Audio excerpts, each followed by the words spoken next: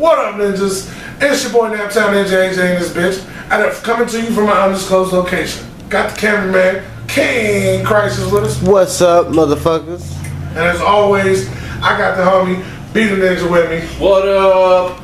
And like you said, we're in an undisclosed location, doing what we do best. And that's fucking catching up with all your fucking artists. And this today ain't no different, y'all. But today it's actually a super special, fucking spectacular day because we're fucking going back a little bit to like childhood for me and AJ too, since we're around the same age. We're gonna talk about some shit, man, that like first introduced me into the hip hop game. And I'm really excited to get into it. We got the fucking homie Young Bleed with us today. What's up, man? How are you? What's good? What's good? I'm doing pretty good. Good. Man.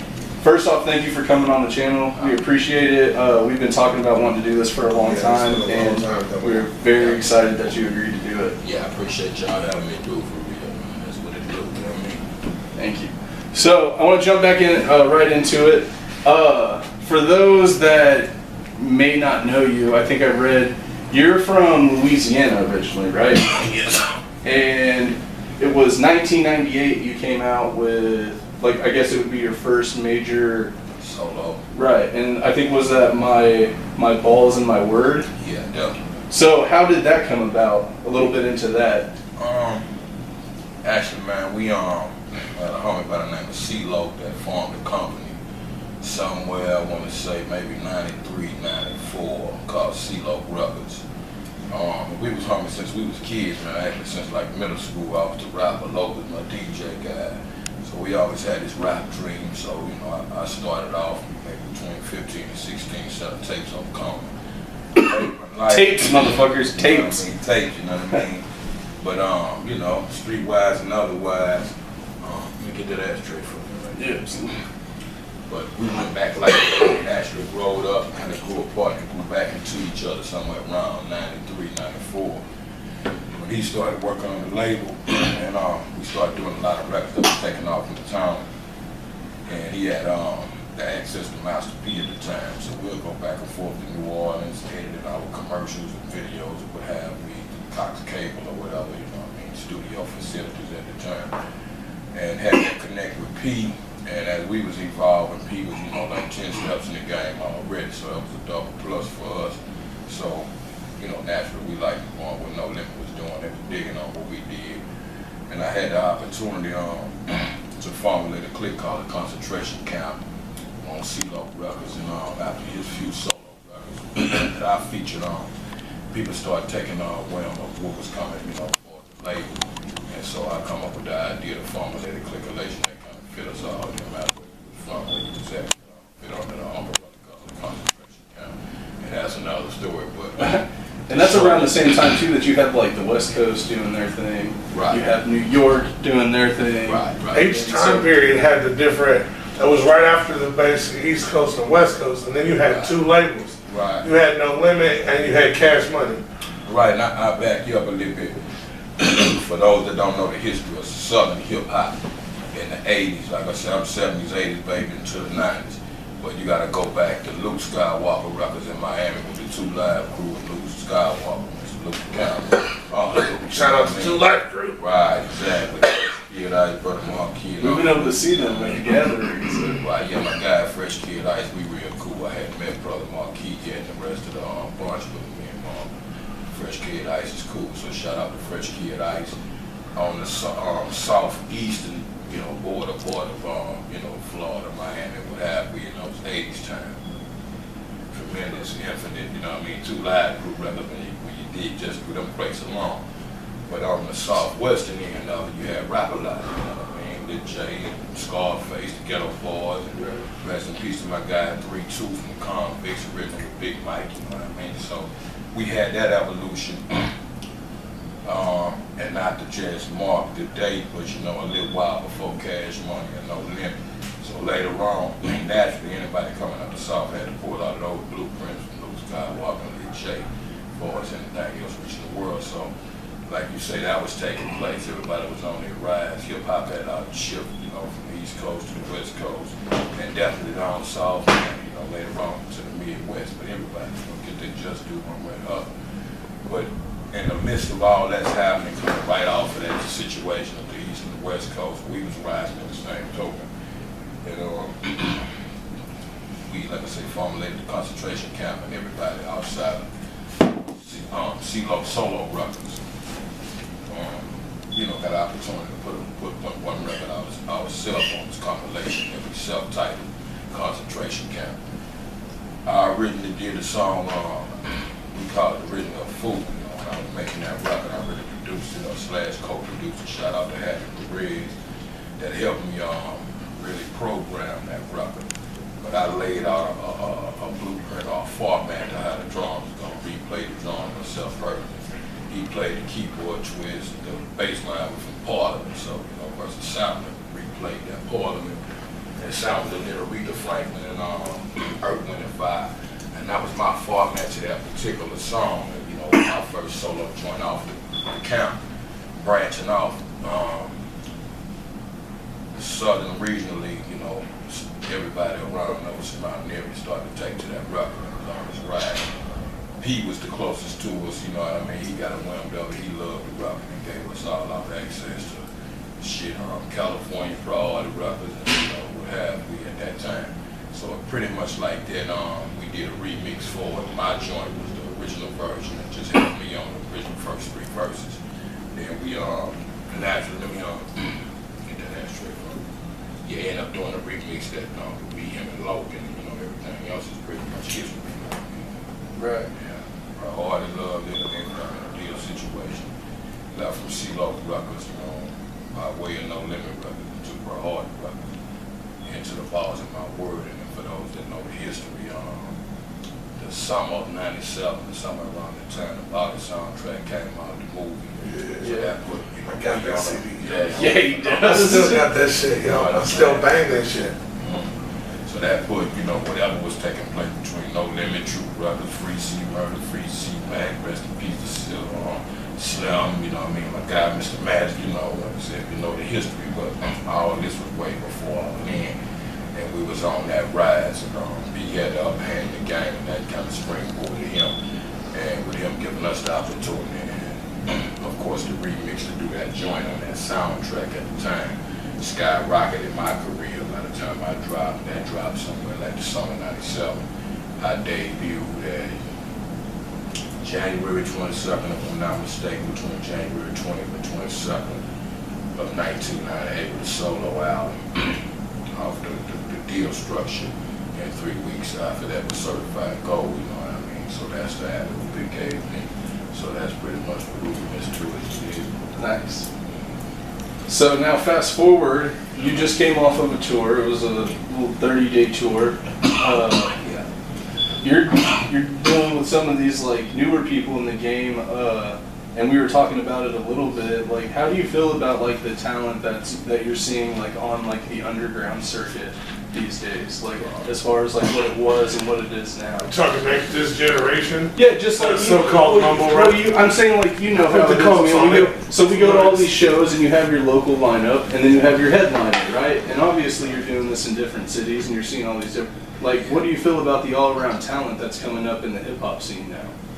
First and foremost, like I said, when we was talking about a second ago, that's 20 years ago. That fast a time, I just turned 43 years old a couple of days ago. Yeah. So I could look back at that time and recognize myself in it and everything before me.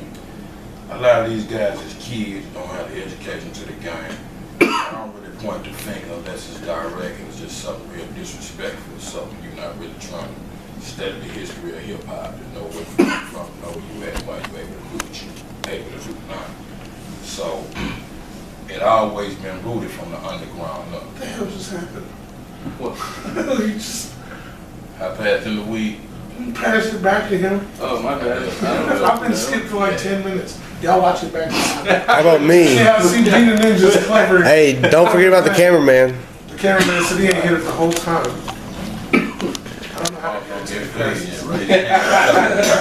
get My bad, bro. Hashtag stoner problems. Exactly. Good. Now you have to ask a question because you just fucked up the rotation. So just ask it? Yep. No, not that question. Well, fuck, We're not there yet. Whatever. I'm gonna ask you. We're not there. All right. We're going to go back, forth. Yeah, I Fuck feel that. that. So, but yeah, sorry about the interruption. Yeah, it's cool, man. Obviously, the good weed actually Yeah, affects the That's what memory. it's supposed to do. That's how you know it's some good weed. But yeah, so 20 years in it, you're still out touring and stuff, and like you said that like, so you just kind of sit back and kind of let them do their own thing. Like, do you criticize it, or are you always like? You saying for the new artists attached to me directly? No, I'm just saying like in a general, just like because you're around the country, you're like in different regions. Yeah. I mean, when everybody, it's like this no material. So, as far as the new generation of guys that admire me, anything of my history or whatever, attachments to my history, that come to me, we chop it up. I'm used to run the streets with 9 and 10, 11-year-old kids that might not have a father, a single mother, and they out at the, in the tourist district as well as us, tour buses or whatever. So I always take them kids to me that I see, because I was a broken home kid and so on, and a street kid. So I recognize that, and if they open to the education of the game and they're serious about it, I try to pass on what I learned through my experience, so that I was most safe keeping just living life. You know what I mean? Where I come from, this is nothing chance, and ain't Cali, it ain't New York. And before the world knew Baton Rouge, I probably was the first one to say it on national records in our era. There's guys before me that's here and there, and that I give credit to from where we come from, live and rest in peace. But I was one of the few to take it commercial on the universal level, you know what I mean? Right. To the next level.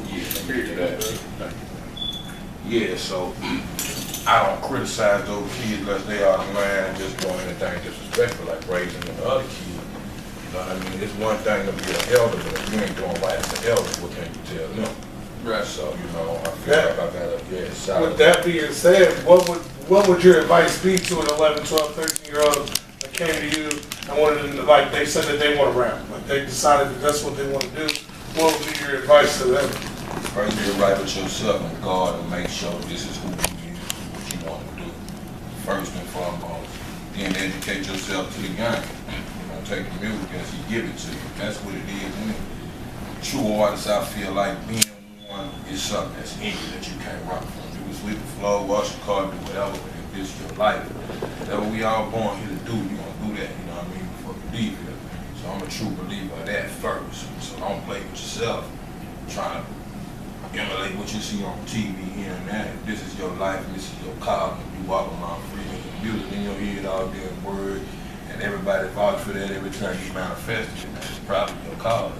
So learn what that is along the way. The business side of it, and master your craft, and do your thing. That's it. There's rappers out now that come out, maybe do a mixtape with a tax check, and then it's over with. Yeah. You've been in it over 20 years. What's the secret to what's the word? Longevity. Yes, that's the word. Thank you. And you wonder why they call us stupid, AJ. I guess, man. I was trying to figure out how to pronounce it. I can see the word. Pretty much just like I kind of explained to you. Pretty much any other job in the world, you can kind of teach that out of man. Blueprint, a book, or however.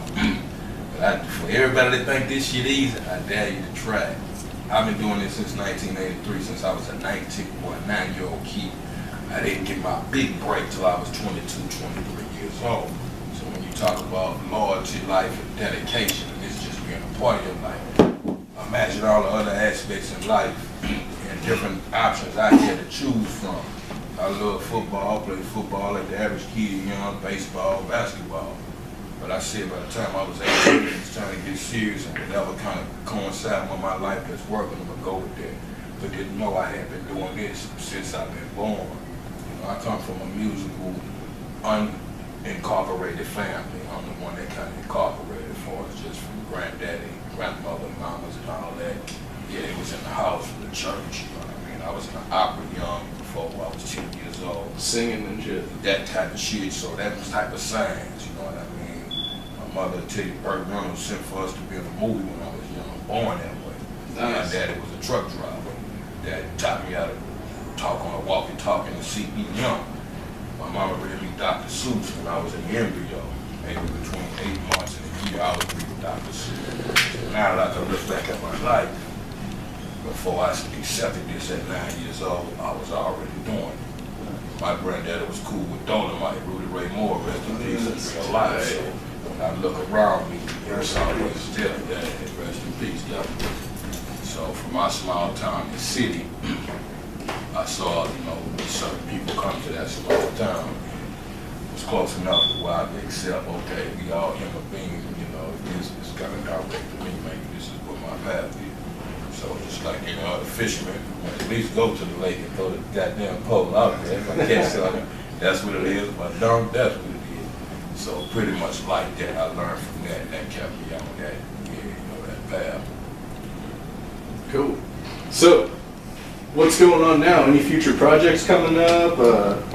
Anything you're working on that we can know about? A major tour too. Yeah, definitely, man. Shout out to everybody that participated in the Hard Work Pays Off tour. My guy, Mr. Chucky Work Clothes, Omega, Lord Sam, Mr. Envy, Sykes Pacino, Syke Pacino, Rush 1K, man. We all had a ball. Rest in peace, Big J. Rest in peace, Big J. Definitely, that was my guy out here in real life, Big J, man. So yeah, I feel a certain way about that. I hate to hear that, see that. Condolences to the family, definitely. Chuck called me when that took place. But yeah, definitely we keep it out here. But just no one-time thing. Every time I come to the city, I had a show. Jay was at the show, and we got a chance to do like a half a song, one did a hook or something like that before we could really get down to it. But for years, yeah, I know Jay, so yeah, salute and rest in peace to my guy. Yes, sir. Yeah. But to refresh on what you're talking about, yeah, I actually just dropped a new album on my independent label called Trapdoor Entertainment. The website is www.trapdoorent.com. Y'all check that off, all the merch, tours like we talking about, different things of that sort and that nature. But February 10th, I dropped the album, new solo called Living, that consists of some of the OG classic guys, that I admired and looked up into the game. The more I got, in cahoots with people. Every time I get an opportunity to do songs with some of my favorites, I reach out to do that. So it consists of Daz Dillinger, Big Mike, C-Mo, Spice One, Yellow Mouth, you know what I'm saying, Cocaine, and Mocha Dick. Just listen to your mouth, right. See, I'm and we were just talking about hip-hop Daz. fan. Yeah, because we just watched the Hulu thing. It was the reincarnation with Snoop. Yo. And Daz was in that motherfucker. Daz down the cut. But yeah, Daz, we got a beautiful brother on, it's classic gangster. You gotta hear it. I'm definitely a C-Mo fan. I remember C-Mo and Brother Lynch back in the day had to come. They had 2 mixtapes, right? I think. What it is, the Block Movement. Yeah, that was hard. Yeah. See, that's right up our alley right there. Right. And speaking of Brother Lynch, we actually heard that you were at one point on a label called Strangely. Definitely, yeah. And Shout out to Travis and Jay, and all that. Dave Wine, definitely. Yeah, for sure, man. But yeah. We didn't know that. We were actually excited about that because Action Sight Connection. Excuse me. When I signed the priority back in the Gap, Dave Wine was an A&R or something like that over there, whatever, over 50 years. But that's the first guy I called Dave Wine, the Rick Rubin of the West Coast. I had never been to California family and all that. My mom used to try to keep me out there real young because of the gang banging. So it took me to grow up and be a man, get past 21 and start going out there myself. And once I got the deal, it was definite. So the first guy to reach me in the airport, walked me into one of the SS Impalas, maybe it was a 96, 97, 98 Impala then, was Dave Wine. So he is just like when you look at Crush Move, anything you know about Rick Rubin, the evolution of Def Jam. He had a regular t-shirt, some jeans, scraggly at the bottom, and probably some Stan Smith, some crazy shit like that. Cap, and rather to the back or some shit like that, leather jacket, kind of school, and hey, welcome to California, this was happening. So I'm with this kind of hip-hop white guy, taking me to Priority Records for the first time. So we clicked off the bat, and he introduced me to everybody other than who P&M introduced me to once I got there. So, but I'll be direct with Dave all the time in his office, chopping it up and just giving me the history, the do's and don'ts, and be careful out of California, so on and so forth. But we had our run the Priority days, and we kind of separated. Hotel to do this interview. Yeah. The interview was like an hour and 40 minutes. I even told Wendell, I was like, I can't put all this out. Like, I have to cut this down. Yeah. I think I cut it down to like an hour or 45 minutes or something like that. Yeah, he cool. Yeah, that's my guy. He cool like that. We keep putting it wild. That Jerry Bowman Fred. I talked to Bubba Spark. We was actually trying to put all them on the country boy. I'm about to see. We're about to see them on Friday. Bubba Sparks, Struggle, and Dusty Lee. Yeah, struggle with Yeah, that's the name I Dusty. do. Yeah. We done fucked around, been in his house, we got a record together, so. Nice. Yeah, but Yeah. That's what people. I talked to Bubba before, but we ain't never been to Flip. Tight. I'd be tight to see. That would be a dope ass. That's why I'm trying to really make collab. That would be a See, dope ass. and that's why we do this shit, man. Because there's maybe someone that we know that you know what I mean. That's why, like, that shit. It was a money difference. Excuse me. See, we put it out there, that concept to every country rapper, black and white, that we thought we could bring to the table. The only one came to the table is Big Mike from the Ghetto Boys, being a personal friend of mine. But I don't even think Big Half rapped on it, but Half produced some of them country ass beats that's on there. So we made that record out of a few sessions out here, just waking up, riding, going to Half spot, Enoch spot, whoever else was Chuck producer was.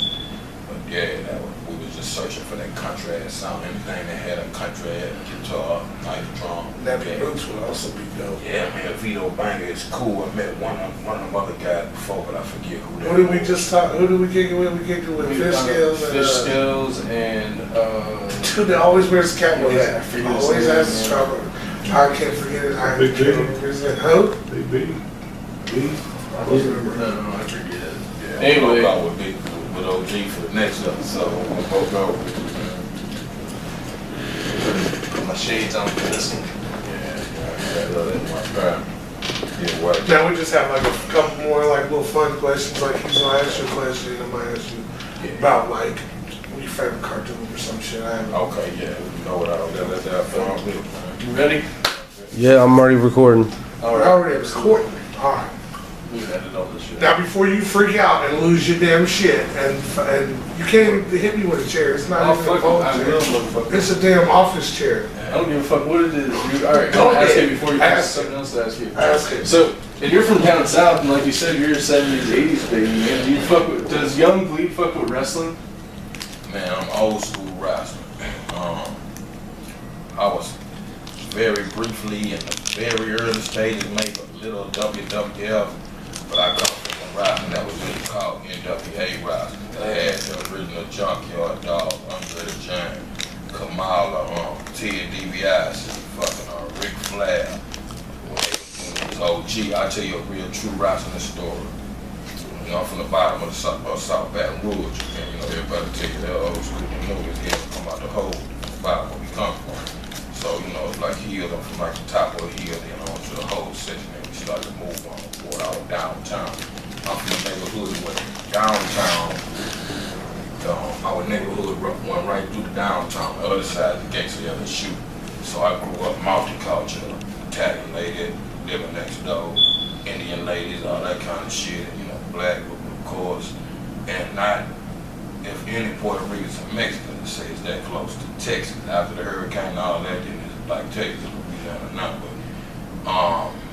you know, Italian store on the corner and all that type of thing. But, saying that, where I'm going with this, yeah, so much come to mind. What we was talking about, man? Wrestling. Okay, talking about the rap. NWA wrestling. Okay, you got me back on the track. We started to move more toward the downtown. My daddy was a truck driver, you know what I mean? He drive trucks all over the country, be gone, you know, moments at a time. But as he started making a little better money, we moved to a better house toward the downtown. My mother used to go jogging all the time. My mother, you know, she was later suffered from lupus, man, deteriorated ankles and shoulders and stuff like that. But I remember a time before all that took place with her. She used to take me and my little brother jogging with her. Jog around the Central Plate. The Central Plate was like our biggest concert, like Coliseum, and then also Hope had the wrestling that we used to watch on TV on Sunday. So we would jog around the Central Plate one night and see the big promotion, the crowd of people, you know, Michael Jackson, the Jackson 5 had performed, everybody you think of Prince, the Rick James, the Parliament, they had been in the Central Plate when you come to Baton Rouge. So we big commotion, you know, and it's a crowd of people, so we stopped, and it's like a junkyard dog in the middle of these people, coming out behind one of the rappers nice in his, regular clothes, and he talking shit to a guy that's a few feet behind him in his Bush Reed. So we stopped, and my mom, was cool enough to tell us to the crowd, and my first autograph, my pride in life was from the junkyard dog. He went over to his car, we waited for Bush Reed, and I got his autograph, real young. So yeah, that's how much I was a Rising fan. Went to one Rising, I've been at the Central Place, Dusty Rhodes, and all that kind of shit when I was young, and Grappler, all that kind of shit, when That's awesome. We met Greg the Hammer Valentine not too long ago. Just a couple weeks ago.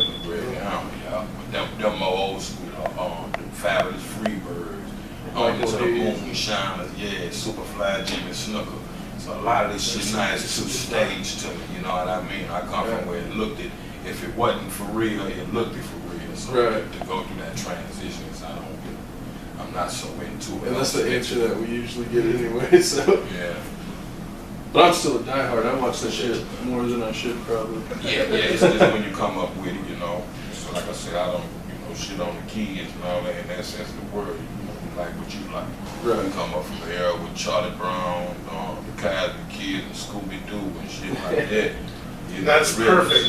Yeah. That's perfect right there that you said that, because my question is, what is your all-time, forever, favorite cartoon? Man, it's a lot I like, and it break down the segment. Cosby Kids for one, Scooby-Doo on another end, but one that some people know about this is real classic. Ricky Tikki Tavi.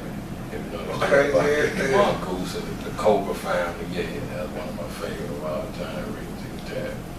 Charlie Brown Christmas and shit like that. I still watch Charlie Brown every year. Charlie Brown, man. Every year. Yeah.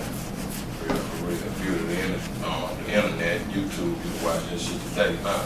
You know what I'm saying? So I pull that up. Time kids around, I got grandkids, 3 of them, so I take them back and show them what, how we came up. Just what we was looking at. They always be intrigued about that type of thing. Voltron, He-Man. Yeah, we had some different shit going on, right? Some of this shit is cool, but it's just too explicit for kids. Yeah, it's just crazy.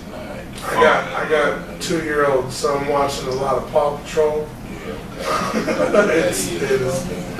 happy that you don't. It's just. So I know you've already said it a couple of times, man, but we're gonna wrap this stuff up here. Why don't you tell them one more time they can get at you, man, and like social media, follow you what you're doing, if you're a social media mogul like most are, like just whatever it is, man. Okay, man, for Facebook, Reed Clifton, my Young Bleed fan page. Twitter is at Real Young Bleed, and for Instagram fans, so The Real Young Bleed. For the website, all the latest information, videos, what's upcoming, what's up the past, tour dates. Go to www.trapdoor, spelled just like how it is, ENT.com. And for any merchandise we'll have, we have the latest on anything I'm involved with. Yeah, y'all stay tuned. Yeah. Now what you got? What? What you what? Okay. So. Said I'm talking too much, so I'm just gonna shut up. I'm not big for putting people on the spot, Yeah. but we've been doing this collabo. Pretty much, it's pretty much like it's the Indianapolis Cipher, but it's turned into so much more. It's almost like it's the What Up Ninja Cipher. Okay, yeah. And I want to formally ask you if you would be willing to maybe put a couple of bars on this cipher that is A couple being 16. It's gonna be it's gonna be amazing. It's gonna be something awesome, and I would like to ask you if you want to do that, and if you do, right on, and if not, no hard feelings. If not, we'll cut that completely. How is it? I mean, is it with a beat or it's just writing? Just writing it. It's just out. It's just bars. I mean, I could do that, man. You know what I mean? Yeah, just off the run, coming off of that, dabbling, getting in that rap mind and that rap mode. Yeah. So I had to think for a second, Hey, you have a connection to the city. You want me to stop it? This isn't even something we have to do right now. Yeah, we don't have to do this right now. Yeah. Just he wants to know if you would want to take like some other artists. Jelly Roll's gonna drop 16 on it. Matt Max from Boston's on it. One Way Twan is on it. Yeah, he's down south. He's from Atlanta. Yeah, Atlanta. Yeah, I just prefer being fresh and being prepared. I could just say some shit that just, whatever. But yeah, without no concept, I'm just sitting here beat sometime in that mountain and click all day. But yeah, I'd just rather do the shit right. Nice. No, Sorry, you know how sometimes I put motherfuckers on the spot? Yeah, and I get that. And sometimes I'm just being off the whim. So there you go, right there. You ain't hearing it right now, but exclusive. It's gonna happen. Expect that. Get ready for that. Yeah, man. No. So, I don't know, dude. I'm done. You gotta close down. Hey, what's your favorite Taco Bell food item? Man, Taco Bell used to be one of my favorite places to eat from. To be honest with you, I don't eat McDonald's and Taco Bell. I don't know McDonald's. Yeah. So what's your favorite place to go eat? Out here, I like Steak and Shake, you know what I mean? Well, I go so many places, man, it'd be crazy, to narrow it down, but I'm a regular guy, Church's Chicken, Popeyes, chicken, Yeah. yeah, I try to keep between chicken, fish, We asked this question at the end to decide where we're gonna go eat when we leave. Yeah, ain't like Okay. we just The Waffle House, that's the regular thing. Anywhere it's real meat and real food, man. I want to see it like that. All that processed chicken and all that extra bullshit. Yeah, y'all miss me. Is there like a place back from where you grew up? That a place like? Is there a crisis? Shut the fuck up. Yeah. I give you that though, man. This is some real life history. Where I'm from, man, we used to love this place called Joe's Chicken Shack. But man, there's no batter like that I done taste nowhere in the world. And actually, my family and their family was cool. My family lived right next door to the Chicken Shack at one time in my life when I was a kid. So it's a certain batter, you know what I mean, that I never saw outside of Baton Rouge, maybe Baton Rouge, but the original batter, the Delta being from right there. Yeah, that was some of the, I want some fried chicken so bad now. yeah, Sounds man, good. this thing go way Hot back. sauce. Everything else is just everything else. rice. Right. Exactly. Yeah, I mean, oyster on the shell out there. I say this for those anybody venturing through Baton Rouge, like I said, right outside the gates of LSU, it's a place called China, man. It's some of the best, Cajun tasting food that's just right in the community and just different places throughout Louisiana as a whole, and New Orleans, Baton Rouge in particular. For me, when I'm at the crib, I'm at my house, I'm gonna do the damn thing on everything. So yeah, keep that family, you know what I mean? Right there. I'm B the Ninja. King Crisis on the camera. Yep. That's Young Bleed. Naptown Ninja AJ. Yeah, man. Do me a favor. Can you look at the camera and tell them where to check out the dopest interviews on YouTube? Oh man. Shit. Yeah, that's right. Hey, look, yeah, man, the dopest YouTube videos on you, let me say it right. But the dopest YouTube videos on YouTube, man, y'all check out What Up Nigga. What up, Ninja? Hey, look, it was good, kid. Hey, look, yeah, bleeps and bloopers, man. Hey, look, for the best YouTube videos on YouTube, man, y'all check out What Up Ninja. That's what it do for 2017. Yeah, right. Hell yeah. That's it. And that's what's up, man. Just Whoop whoop. Whoop whoop.